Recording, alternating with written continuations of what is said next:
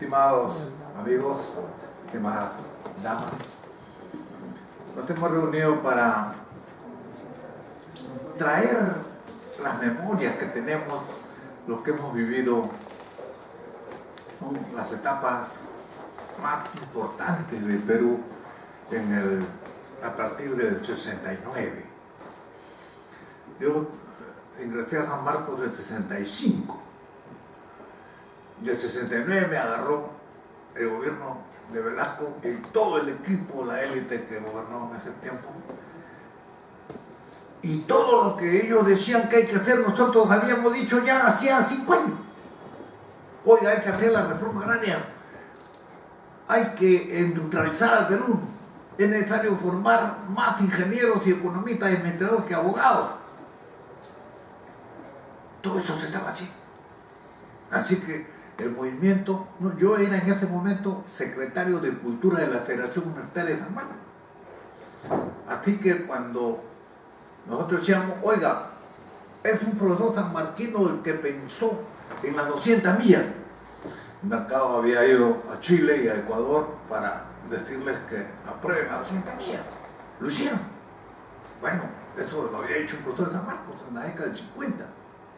En la UNI había un movimiento muy fuerte con Aburto, que fue rector más tarde. También planteaba la industrialización del Perú. Virgilio Roel Pineda, que ha fallecido hace muy poco, ya había publicado su tesis sobre la reforma agraria en Perú en 1956. Formaba parte del equipo de Aburto, también del grupo de las 200 millas. Y toda esa élite fue la que enseñó, como dijo el profesor historiador de San Marcos, había una élite de izquierda que fue a enseñar al Centro de Alto Estudio Militar. Yo recuerdo incluso que Ñufo Chávez de Paz, vicepresidente de Bolivia, expulsado por Banzer, el golpe de Banzer, estuvo en Perú, recibió asilo diplomático en Perú y lo llevamos a San Marcos. Se casó con una sanmarquina, viejo San Marcos. Jovencita, tuvieron su hijo. Él también enseñaba en el Centro de Estudios Nacionales y era un marxista confeso del MIR. Así que, como dijo el profesor de San Marcos, que no tengo el gusto de conocer, pero lo voy a buscar, San Marcos. Hay que formar el equipo, está usted muy bien informado, muy interesante sus lecturas de los cambios de temas en la revista militar del Ejército Peruano. Tendríamos entonces que definirlo. Bueno, ¿vamos a apoyar a este gobierno o no vamos a apoyar a este gobierno? Patria Roja no quiso. Patria Roja dijo, ¿no?, abandonar las ilusiones del reformismo y persistir en la revolución. En cambio, los grupos, nosotros decíamos los moscos, a los moscovitas, a los que apoyan, ellos sí. Yo he visto al secretario de la Juventud Comunista, que era de Belprado, lo he visto llorar el día que Velasco proclamó la reforma agraria en Palacio de Gobierno. Yo estaba ahí y lo vi llorar. Era el secretario general de la Juventud. Apoyado. Como los rusos nos iban a armar, a dar los armamentos, seguía apoyando a toda la gente de atrás.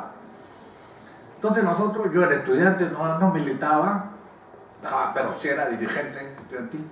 Decían, oye, pero el gobierno está... Entonces, vamos a hacer algo. Yo escribí mi tesis de economista con la siguiente hipótesis. Es necesario estatizar todo el sistema bancario y con esos recursos financiar la industrialización. Aprobado. Todos los profesores dijeron.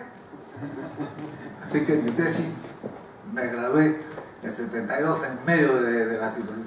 Pero Velasco quiso agarrar, yo recuerdo, Velasco quiso agarrar el banco de crédito. Pero en ese momento estaba Morales Bermúdez, de director le había cambiado de Ministerio de Hacienda, muy atrasado, le habían puesto de Economía y Finanzas, más avanzado. Entonces, fue Morales Bermúdez, yo recuerdo, yo lo he visto en el periódico, decía, este es un banco nacional que no hay que tocar. Tenía toda la razón. Yo también había cometido un error de izquierdita y querer estatizar todo. No, solamente había que tomar los bancos, el de Rockefeller, por ejemplo, el Banco Continental.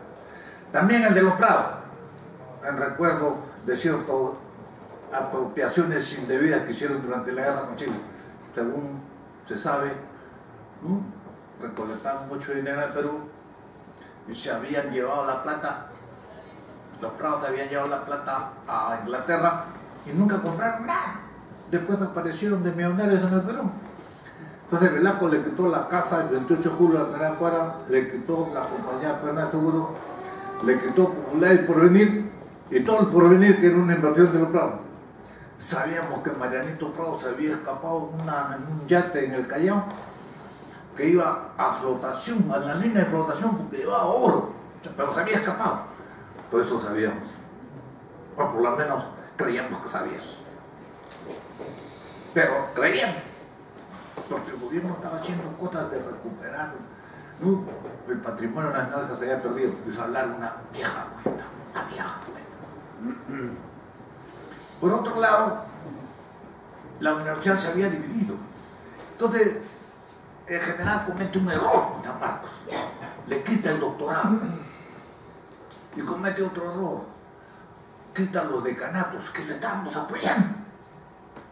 Pero nosotros sabemos después que esta asesoría fue de una empresa que estaba en el gobierno, que estaba camuflada en el gobierno. El general Velasco era casado con la hermana de un alto dirigente de Presta, que después fue ministro de Relaciones Exteriores, González Posada. Así que el APRA estaba tranquila, se hacían los muertitos, no aparecían en nada, se hacían los muertitos, pero claro, estaban siendo atacadas las haciendas que ellos habían defendido. Yo recuerdo cuando era estudiante, vi una foto con un hacendado de Cajamarca, estaba haciendo, no, se bajó en la pista del carro y los campesinos lo cargaron hasta su hacienda. Era tan gordo que no podía andar. Eso me molestó bastante, de veras. Era una generación rebelde, sin duda. Estando, ¿no?, como ya me había ido a Europa en 74, no vi la caída de Velasco, pero me llevé el plan Inca, está mi tesis allá está mi tesis doctoral, la dejé mi tesis doctoral impresa ahí en Hungría. Tenía que irme hasta Viena a hacerla picar la tesis, porque en ese tiempo en Hungría estaba prohibido tener máquina de escribir. Había que ir a escribir su tesis a los centros públicos. Nadie podía tener máquina de escribir en su casa porque podían echarle volantes al Estado, al gobierno. Estaba prohibido. Así que yo tenía que irme hasta Viena, 4 horas de Budapest, para que me redacten ahí en castellano toda mi tesis de Pedro Trailista. La fotocopia costaba en ese tiempo 10 soles, era carísimo, pero había que hacer la tesis. Bien, yo le dije a un suizo, ¿usted puede creer que en el Perú hay haciendas más grandes que Suiza? Me dijo, ¿cómo va a haber haciendas más grandes que Suiza? Y van a ser pobres encima. No puedo creer, te voy a ver. Dijo, se ve, no, pero estuve en Perú para ver el tamaño de las haciendas que tenían las cooperativas. En este contexto, ¿no?, del 68 al 75 ocurrieron hechos internacionales muy importantes. Primero, Estados Unidos se encontraba entrampado en la guerra de Vietnam. Camboya y Laos, 3 frentes. En Inglaterra, un gran filósofo, Bertrand Russell, presidía un comité internacional para juzgar los crímenes de guerra de los Estados Unidos en Vietnam. Jean-Paul Sartre, en París, dirigía un movimiento contra la guerra injusta en Indochina. En ese contexto, triunfa también Allende. Ecuador captura varias lanchas pesqueras en sus 200 millas. Y Venezuela nacionaliza el hierro y el petróleo en manos extranjeras. Ese contexto internacional permite, ¿no?, que el gobierno, y sobre todo Ricardo Mercado Jardín, pueda adoptar una posición internacional independiente. Los Estados Unidos estaban sumamente ocupados, habían descuidado el patrio trasero, habían descuidado la retaguardia de minerales y petróleo. Y naturalmente, el primer aporte del general Mercado Jardín es, pues, haber creado una generación de diplomáticos independientes. No los teníamos, no los teníamos. Solamente Porras Barrenechea, cuando quieren expulsar a Cuba de la OEA debido a la revolución, renuncia a Porras Barrenechea, pero no era tan diplomático de carrera, él era nombrado como ministro de Relaciones Exteriores. En cambio, con el general Mercado Jarrín se forma toda una generación de diplomáticos independientes, entre ellos Alan Wagner, que le hace la introducción a tu libro La Revolución Geoestratégica del 2001. Y ahí dice, yo era ayudante en la Cancillería cuando se da, ¿no?, la Revolución Velasquista, y aunque no estábamos de acuerdo, pero nosotros obedecemos, ¿no?, disciplinadamente lo que dicen los superiores del ministerio, pero nos formamos con un amor a la patria que antes no se tenía en la Cancillería. Es Wagner, ¿no?, hijo también de un historiador de la República, un historiador de los límites. En ese contexto, naturalmente, podemos decir que el general va aprendiendo. Sus escritos de 1970 son muy, digamos, básicos dentro de Perú, pero sus escritos ya del 2010 son internacionales. Había avanzado enormemente, con una ventaja que tienen todos los peruanos que han estudiado en Perú. Cuando uno estudia en el extranjero, y ya se quiere ir al extranjero, nos va a demorar 10 años volver a pensar en Perú. 10 años. Yo he estado pensando en Alemania, en Suiza, en Italia, en el Mar Negro, en el Mar Rumanía, años. Pero tuve que leer al Mercado Jarrín para pensar en el Perú.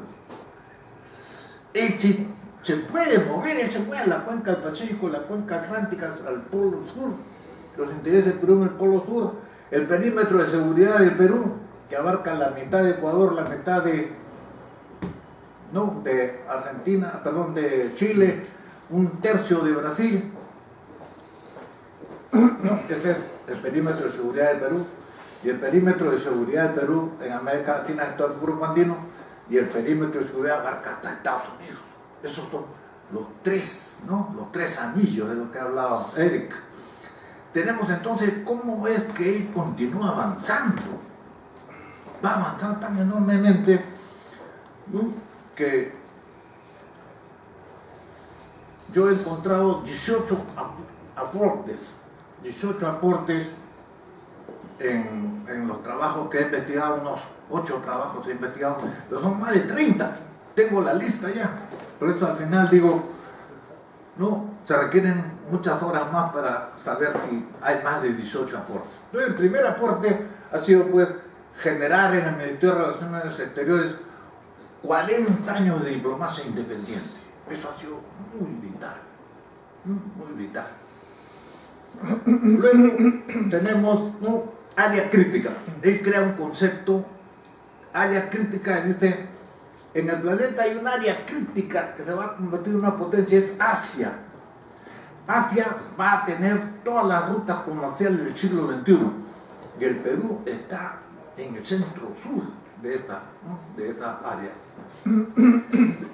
Luego tiene otra hipótesis. Durante 400 años la cuenca del Atlántico dominó las rutas comerciales, o sea, Estados Unidos y Europa dominaron, ¿no?, el comercio y la innovación. 400 años, ¿no?, del año más o menos 1500 al 2000. Entonces, la innovación y la ruta comercial del Atlántico se están trasladando a la cuenca del Pacífico, ¿no? Perú era un país ajeno a la cuenca del Atlántico, mientras que es casi el centro sur de la cuenca atlántica. Eso lo ven en el 2001, cuando ahora ya es un conocimiento difundido. Pero miren la visión, ¿no? Entonces creo que la geopolítica le da esa visión. Algo que es importante también es el valor de los espacios regionales. Esta categoría geopolítica, él dice, no, todo el planeta ya no tiene el mismo valor que antes de la revolución tecnológica. Él habla de chips, habla normalmente de la guerra, no interplanetaria, de las guerras, entre las grandes potencias, pero también de cosas chiquititas que tienen importancia, ¿no?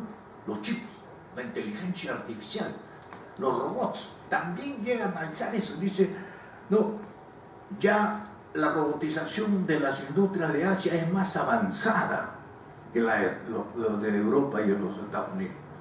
Ahí entonces, Asia se va a convertir en un espacio regional de alta innovación en los próximos 20 años. Estaba escribiendo esto en el 2001. Ya está ocurriendo. Estamos en 2013. Felizmente la vida le alcanzó al general para ver en realidad, ¿no? Hecha realidad sus predicciones. Luego habla de un nuevo mundo. En el 2002 también lo dice. Está surgiendo un nuevo mundo, pero con la caída de la Unión Soviética y la pérdida de hegemonía tecnológica de Europa y los Estados Unidos, está surgiendo un nuevo mundo en Asia, pero todavía no plasma, no sabemos qué es lo que va a ocurrir, pero sí está surgiendo. En esas circunstancias se produce un estudio que aparece en los BRICS, Brasil, Rusia, India y China. A ese le dicen ahora que es Sudáfrica. Entonces se hace un estudio en el que se dice China pasará a los Estados Unidos en producción y tecnología en el año 2035, mientras Brasil será una economía superior a la de Inglaterra y Alemania, y la India habrá desplazado a Francia y a Italia. Eso parecía un mundo loco. No, nosotros que hemos nacido en la década del 50, ¿cómo íbamos a pensar que en el tercer mundo van a haber nuevas potencias que van a ser superiores a las que nosotros hemos visto siempre en el centro internacional? Esto también lo incorpora don Edgardo cuando plantea la alianza con Brasil por las rutas interoceánicas, y plantea esta alianza cuando la ruta interoceánica recién estaba en el proyecto. La plantea con unos 12 años de anticipación, lo cual también nos dice, ¿no?, que había ingresado don Edgardo. Yo digo don Edgardo porque soy civil, pero sí en general también. Yo tengo mi libreta de mitad del ejército, así que ahí sabemos cómo están las cosas. Entonces el Mercado Jardín empieza a tener una capacidad de predicción, que es algo que no tenía hacía 20 años, ¿no? En la década del 70. Había entrado una madurez. Como dicen los japoneses, las personas adquieren ideas propias más o menos a los 60 años. Ante eso siempre tenemos que citar a otras autoridades. Eso dicen los japoneses. Pues en Japón nadie puede ser catedrático principal sino a los 60 años, cuando ya ha escrito unos 200 ensayos, ¿no? Más o menos. Sí, debe tener ideas propias. Esto ha sido verdad con el general. Sus ideas ya son exclusivas ya. Menos mal que ha escrito todo. Menos mal que ha escrito todo. Luego plantea, ¿no?, que Perú está en un proceso de litoralización. Dice, ¿no?, el centro, el heartland del Perú, los Andes, se está vaciando y se han formado 20 ciudades con un desarrollo muy fuerte de la costa. No, a esto le ve bastante peligroso porque estamos despoblando los Andes. Eso también es una observación muy propia, ya que él había hablado de que el Perú puede ser un país encabalgado en los Andes 10 años atrás. Y luego ve que eso no está cumpliendo, pero sí observa la litoralización, ¿no? Bien, también él ya habla de nuevos liderazgos. Él dice, Estados Unidos está muy preocupado en asegurarse el petróleo de Canadá, que le da el 22% de las exportaciones. De todo el Medio Oriente, unos 15%. O sea, el principal abastecedor de petróleo de Estados Unidos no es el Medio Oriente, sino Canadá. Pero ya se ha absorbido todo el petróleo de México. México ahora necesita petróleo, necesita gas, no sé. Pero ya empezó con el otro vecino. Entonces, Mercado dice, ¿no? México y Canadá son más importantes para Estados Unidos que Brasil y Argentina. Esto los ha liberado de presiones, por lo cual se han convertido y se convertirán en líderes de la región. Miren qué inteligencia para ver el cartograma. Probablemente lo está viendo de Nueva Zelanda todo este proceso, ¿no? Para ver la cartografía. Así que no hay nuevos liderazgos por estas causas, Luego, ¿no? Tenemos la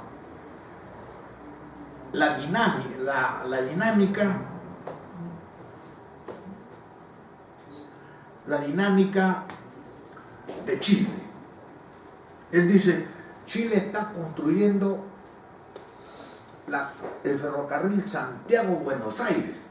Ya ha terminado la parte chilena, pero los argentinos se acuerdan de la Malvinas, cuando Pinochet permitió un barco lleno de misiles en Arica, y de ahí podía bombardear todo Buenos Aires. Eso hizo, ¿no? Eso recuerda Buenos Aires, y nunca ha querido terminar ese ferrocarril. La parte de Argentina no la termina, prefiere salir por la transoceánica. Entonces, cuando esto lo estaba trabajando el general, todavía no sabíamos, ¿no?, si el Mercosur iba a salir por Mejillones o iba a salir por Arica, pero los chilenos habían excavado, habían profundizado el puerto de Mejillones para hacerlo más estable. Entonces, el golpe fue cuando los brasileños decidieron salir por Hilo y Matarani. Y Bolivia, ¿no?, como le habíamos dado el mar a Bolivia, eso también consolidó que la carretera transoceánica pasara por Bolivia y Bolivia saliera.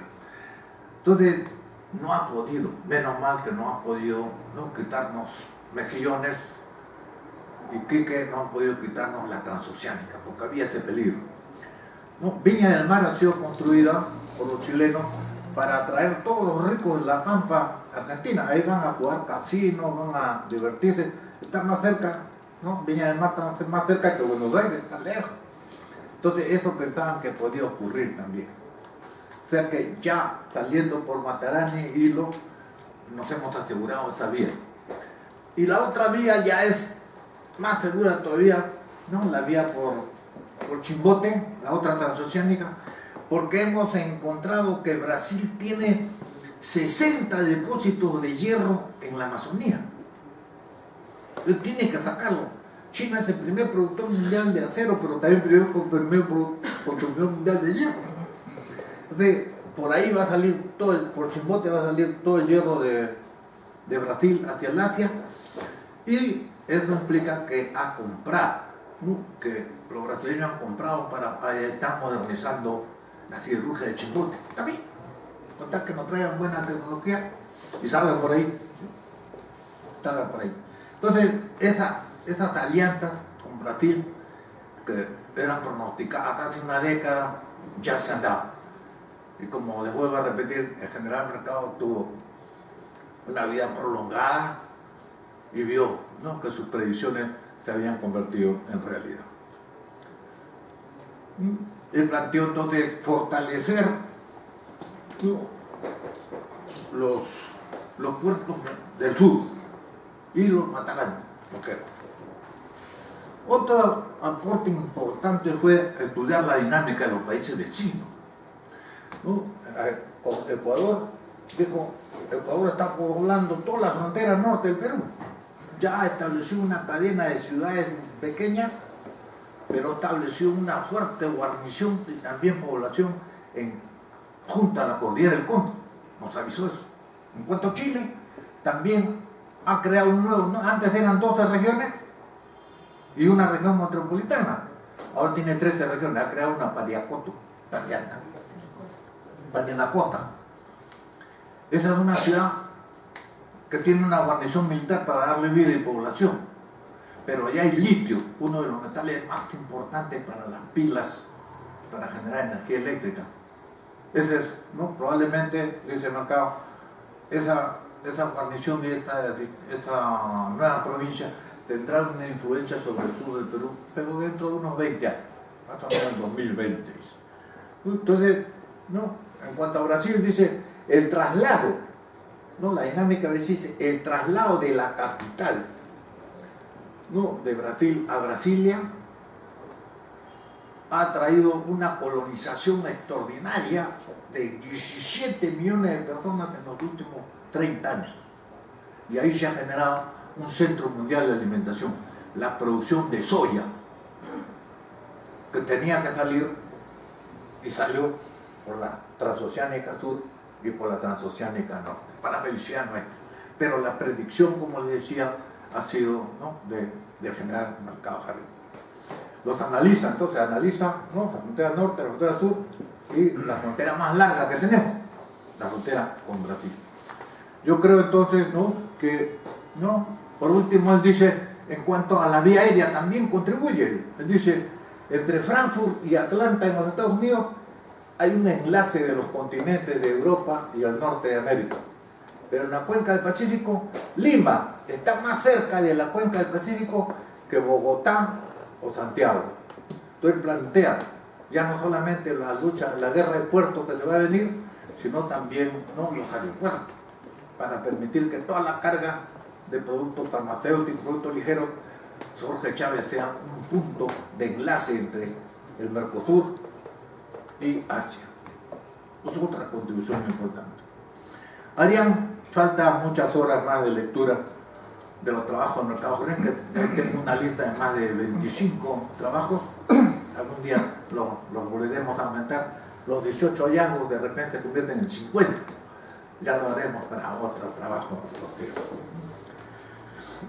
Bien, esta noche de reflexión quisiera hacerles una propuesta. Fundar la Universidad de Defensa Nacional. Podría llevar el nombre del general Edgardo Mercado. Muchas gracias.